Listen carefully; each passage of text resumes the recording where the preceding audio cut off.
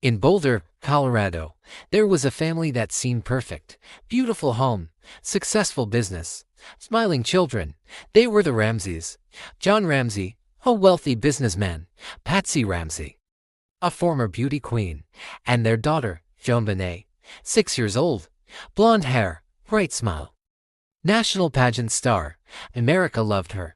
She appeared in magazines, on television, dressed in crowns, heavy makeup, stage lights, applause. But behind the cameras, her life was changing. Christmas 1996. The Ramsey family returned home late at night. They had attended a party. JonBenét was asleep. John carried her inside. Patsy changed her clothes, put her to bed. Goodnight kisses. Lights off. Silence. No one knew that this would be the last normal night of her life. If you follow real American cases, make sure you're subscribed.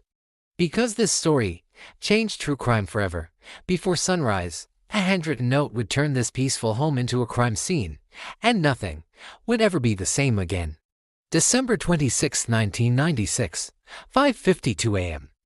Patsy Ramsey walked down the stairs. She was still wearing the same clothes from the night before. She planned to make coffee, pack for their trip, start the day. Then she saw it. On the back staircase lay 3 pages of paper. A handwritten note, carefully placed, neatly written.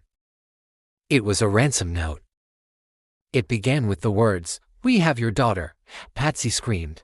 She ran upstairs, checked JonBenét's bed. It was empty. The blanket was there. The pillow was there. But she was gone. She called 911. Her voice was shaking. She could barely speak. "My daughter is missing. There's a ransom note. They took her." Police arrived within minutes. Friends arrived. Neighbors arrived. The house filled with people. Noise, footsteps, confusion.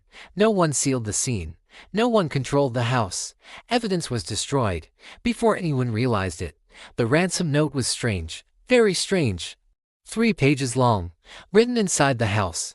On Patsy's notepad, with her pen, it demanded $118,000, the exact amount of John's bonus, not more, not less, exactly.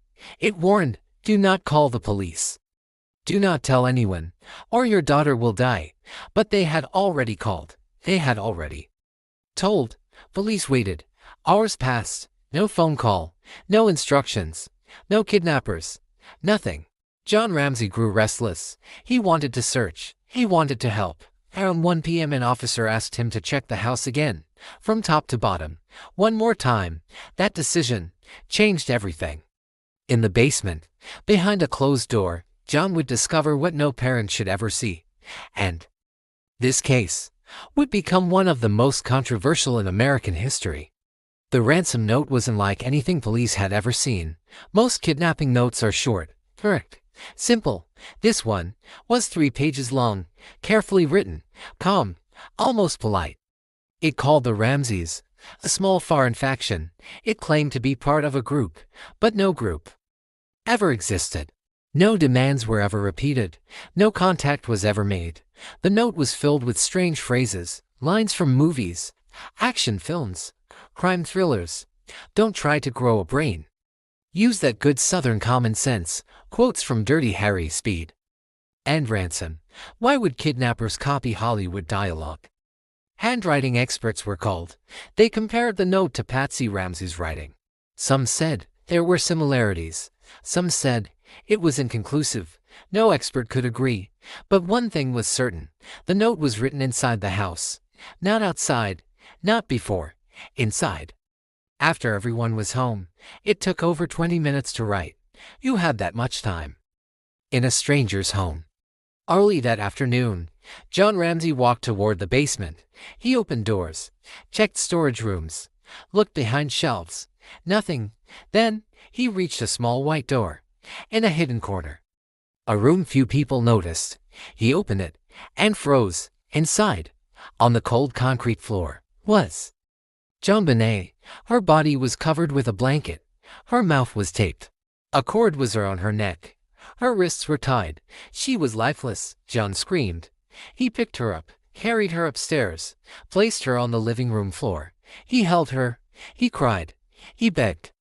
It was too late. Police watched. No one stopped him. No one protected the scene. No one took control. Critical evidence was destroyed forever. The autopsy revealed JonBenét had suffered a severe head injury, a fracture in her skull, 8 inches long, but no visible bleeding, which meant she was hit first, knocked unconscious, then strangled. Later, the weapon never found. Some believed it was a flashlight. Others said it was something else. No one knows. Around her neck was a homemade garrote, a cord tied to a paintbrush. The paintbrush belonged to Patsy Ramsey. It was taken from her art supplies, broken, used as a weapon. Why would a stranger use something from inside the house? Experts believe JonBenét was killed hours before the 911 call, while her parents were sleeping in the same house, under the same roof, without hearing anything. How? Why? By whom? No clear answers. If this moment shocked you, remember her story. Subscribe to True Tales USA because justice starts with memory, with no forced entry, no clear suspect, and a destroyed crime scene. Police turned to the people closest to her, the family, and the theories would divide America. After the discovery, the investigation collapsed into chaos. Evidence was contaminated, timelines were unclear, witness statements conflicted, and trust was broken. Police had no choice. They began by looking inside the house. Detectives suspected someone in the family. They focused on John Ramsey, Patsy Ramsey, and their son, Burke. Some investigators believed Patsy wrote the ransom note. The handwriting, the language, the tone. Too personal, too emotional, too familiar. Others believed John knew more than he admitted. He found the body too quickly. He carried her upstairs. He avoided police interviews. He hired lawyers immediately. Then there was Burke, 9 years old.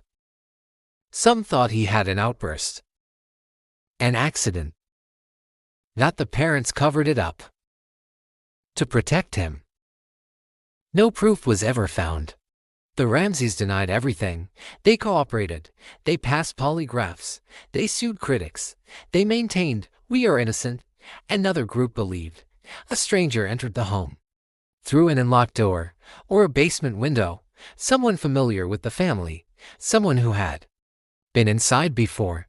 DNA evidence found on JonBenét's clothing did not match any family member. This supported the intruder theory, but it was incomplete, too small to identify. In 1999, a grand jury reviewed the case. For 13 months, they secretly voted to indict the parents for child endangerment and obstruction. But the prosecutor refused. No charges were filed. The public never knew until years later. 2008, police officially cleared the Ramsey family based on DNA. They apologized publicly. The case was reopened as an intruder homicide, but no suspect was ever arrested. More than 25 years later, JonBenét's case remains unsolved. No conviction, no confession, no closure. Files are still open. Technology keeps improving, but time keeps running out. Some believe the truth is obvious. Others believe it was hidden. Maybe it's both. A little girl lost her life. A family lost everything. And America lost the answer. This is True Tales USA, where real American stories never fade. If you believe justice matters, like this video, subscribe, turn on notifications, and share your theory in the comments. Because sometimes the truth lives in the crowd.